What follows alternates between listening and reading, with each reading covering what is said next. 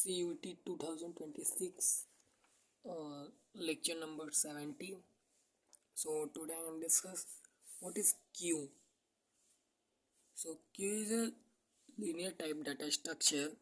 This is the most important question in the CUT 2026. तो simple language में CUT 2026 के Q को समझते हैं कि क्यू क्या होता है।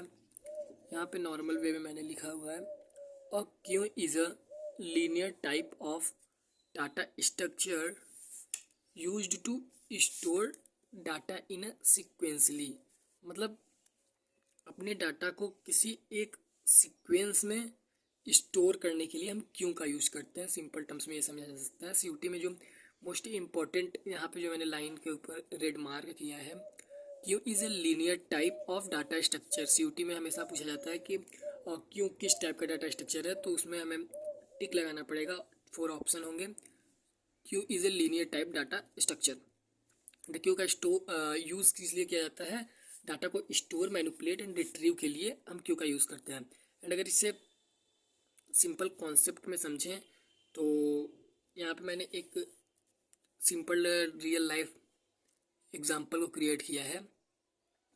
तो यहाँ पे जैसे ये टीसी है जो ट्रेन में टिकट लेते हैं, और ये सब यात्री लोग हैं। अब इन्हें टिकट चाहिए, तो जो ये पहला वाला आदमी है, ये इसे पहले ही टिकट मिलेगा, फिर इसके बाद दूसरे वाले को मिलेगा, फिर दूसरे वाले के बाद तीसरे वाले को मिलेगा। ऐसा तो है नहीं कि जब पहले वाले को मिला तो डायरेक्ट छठा वाला आके टिकट ले ले, ये तो रॉन्ग पोजीशन हो जाएगी ना। ठीक उसी तरह पहले के बाद दूसरे वाले को मिलेगा, एंड दूसरे के बाद तीसरे वाले को मिलेगा, एंड तीसरे के बाद चौथे, चौथे के बाद पाँचवें, पाँचवें के बाद छठवें। तो कहने का मेन एम ये है कि क्यू में चीज़ें एक सीक्वेंस में चल रही है। एंड मेन बात जो होता है, क्यू एक प्रिंसिपल पर काम करता है जिसका नाम है फीफो। अगर इसका फुल फॉर्म बात करें तो FIFO stand for first in first out. यहाँ पे लिखा गया है the concept of Q is based on the FIFO which means first in first out. यहाँ पे मैंने ये सिंपल एग्जांपल आप लोग को समझ में आ दिया। अगर मेरे टर्म से समझा जाए तो फीफो वो है जो पहले आएगा वो पहले पाएगा। सिंपल टर्म्स में ऐसे ही समझा जा सकता है, जो पहले आया पहले पाया। यहाँ पे क्यों का कॉन्सेप्ट समझ में आ गया। मैंने हिंदी में भी कुछ चीज़ों को यहाँ पे मेंशन किया है। जो पहले टिकट के लिए आया है उसको टिकट पहले मिलेगा, और वो पहले निकलेगा टिकट लेके। समझ में आ गया होगा कि मैं यहाँ पे क्यों की किस लिए बात कर रहा हूँ। एंड अगर यहाँ बात करें कि क्यू में कितने ऑपरेशन होते हैं, सीयूटी में डायरेक्ट क्वेश्चन पूछा जाता है कि क्यू में कितने टाइप के ऑपरेशन को परफॉर्म किया जाता है। तो यहाँ पे मेंशन किया गया है 2 ऑपरेशन ऑफ क्यू। क्यू में हम 2 टाइप के ऑपरेशन को परफॉर्म करते हैं। पहला ऑपरेशन है एन क्यू, दूसरा ऑपरेशन है डी क्यू। एन क्यू जो होता है जब कोई डाटा को इंसर्ट किया जाए, एन क्यू बोलेंगे। मतलब जब भी हमारे क्यू में किसी भी डाटा को इंसर्टिंग किया जाएगा तो वो हमारा क्यू होगा। एंड जब भी किसी डाटा को हमें डिलीट करना होगा या हटाना होगा तो उसे हम डी क्यू कहेंगे। इन 2 ऑपरेशन को याद करना मैंडेटरी है, ये हमेशा पूछे जाते हैं। एंड क्यू में ये भी पूछा जा सकता है क्यू में कितने एंड होते हैं। मैंने इंपॉर्टेंट पॉइंट को मेंशन किया है। यहाँ पे लिखा गया है क्यू में 2 एंड होते हैं, एक फ्रंट एंड, दूसरा रेयर एंड। फ्रंट एंड मतलब जहाँ से डेटा को रिमूव किया जाएगा वो फ्रंट एंड होता जाएगा, और रेयर एंड जब डाटा इंसर्टिंग पॉइंट पे जाएगा। यहाँ पे बनाया गया है एक सिंपल टाइप्स में। ये एक हमारा क्यू है, एंड जैसे यहाँ पे हमने 1 इंसर्ट किया, 2 इंसर्ट किया, 3 इंसर्ट किया, 4 इंसर्ट किया, 5 इंसर्ट किया, तो डाटा का जो लास्ट वाला एलिमेंट है हमारे वो फ्रंट एंड है, एंड जो फर्स्ट वाला एलिमेंट है वो हमारा रेयर एंड है। जहाँ से डेटा को इंसर्ट किया गया वो रेयर एंड, एंड जहाँ पे डेटा टर्मिनेट हो रहा है, जहाँ पे डेटा के आगे कुछ भी नहीं है, वो हमारा फ्रंट एंड है। एंड नीचे जो 2 0 1 2 3 4 लिखा गया है, ये हमारे क्यू के इंडेक्स नंबर है।